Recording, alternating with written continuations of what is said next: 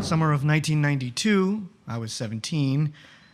Question I kept asking myself was Lisa Biederman hot enough? She'd expressed the fact that she liked me, but was she hot enough? And so I was asking myself that question because in the household I grew up in, it seemed to me, or I assumed that the tales I was told by my parents about how attractive and clever and charming and witty I was would yield women just throwing themselves at me and just like knocking down the door, you know, the proverbial beating them off with a stick, like that's what I expected. When I was 13, 14, 15, they'd say, just wait, you know, it's gonna happen for you. And when it does, oh boy, it's gonna be like a torrential downpour of girls who are gonna want you. And so I'm like, all right, let's bring it on. Let's do it. Because I'm waiting for that. And it's, you know, year after year and it's not really happening for me.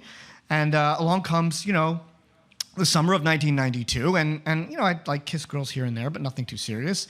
And then Lisa Biederman shows up in my life at summer camp. The summer camp was Young Judea, Tel Yehuda, where there was a twofold ideology.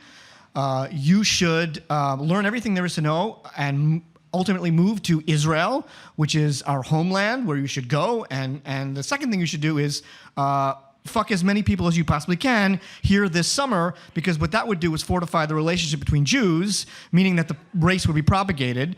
The ultimate golden goose was to go to Israel and fuck a Jew there, presumably an Israeli Jew, and then stay there so that Israel could be protected from all of its assailants. So the camp was very clear about this. They taught us about Israel, love Israel, fuck Jews, fuck each other right now. And I'm not kidding about this. The counselors were very adamant about it. They're like, well, you should go for that girl, and you should go for Debbie, and you should go for Stacy, and you should go for Rebecca. And like everybody was going for each other. That was the terminology. Go for this girl, go for that girl. And I'm like, all right, well, I'm going to go, but I don't know how to go or where to go. It doesn't seem that I'm not getting the signals. And again, I had gotten this message from the time I was very young that like, you're going to be a Don Juan, you're going to be Lothario. The women are going to throw themselves at you. And my mother echoed this, my father echoed this, and my father would say, here are the stories that are going to happen to you. And then he would regale me with his own conquests, and that's how he talked about them. One in particular comes to mind. When he was 17 or 18 or 19 at Kutcher's in upstate New York, you know, one of those places where the Jews go for the summer. He was like a line cook or a bus boy. And there was a waitress that he was after, and eventually he chased her down and got her on the golf course where they did it. And this is something that he told with such triumphant elation. I did it with her on the golf course. One day you will too. Do it with the girl on the golf course. I'm like, yes, this is my destiny. This is what I'm meant to do. Fuck girls on golf courses, and they're just gonna throw themselves at me. Golf clubs and everything. And it occurs to me at this point in time right now, as I tell this story and as I'm putting these pieces together, that the messages I received as a teenager in my early years of growing up and hitting puberty and becoming attracted to women, that's what women were for. They were for sex, and that's it. They weren't people. They didn't have a humanity. They didn't have feelings. They weren't important. They were there for you to enjoy. This is misogyny.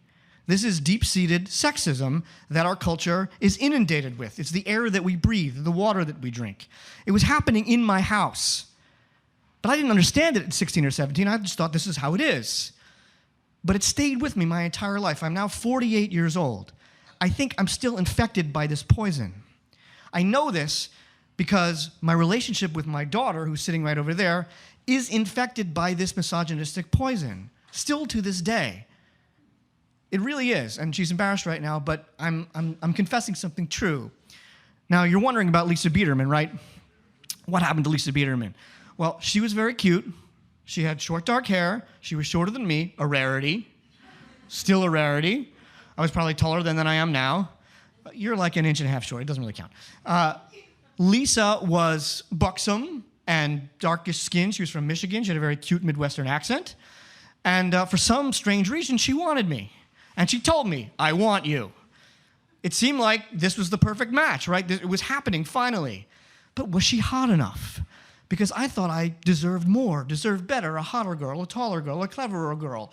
A girl who would prove to the parents that I had in this ethereal area of my life that I was the clever, attractive Don Juan that they told me that I truly was.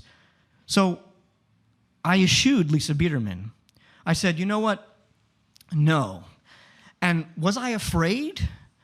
Was I too good? Was she not good enough? Like, what was going on there? And I think it's really what it comes down to is I was terrified because in the end, the sexual relationship that I thought that I was supposed to pursue was actually a cover for something much greater and much more important that I didn't understand how to create, that my parents didn't explain to me how to create, which is a real relationship based on emotions, based on understanding, based on mutual love and companionship and compassion and kindness. I'm still learning how to do that now, and I feel really lucky because she's only 14, and I can break that toxic masculinity. I can break the misogyny circle to model for her. And that's what I hope to do.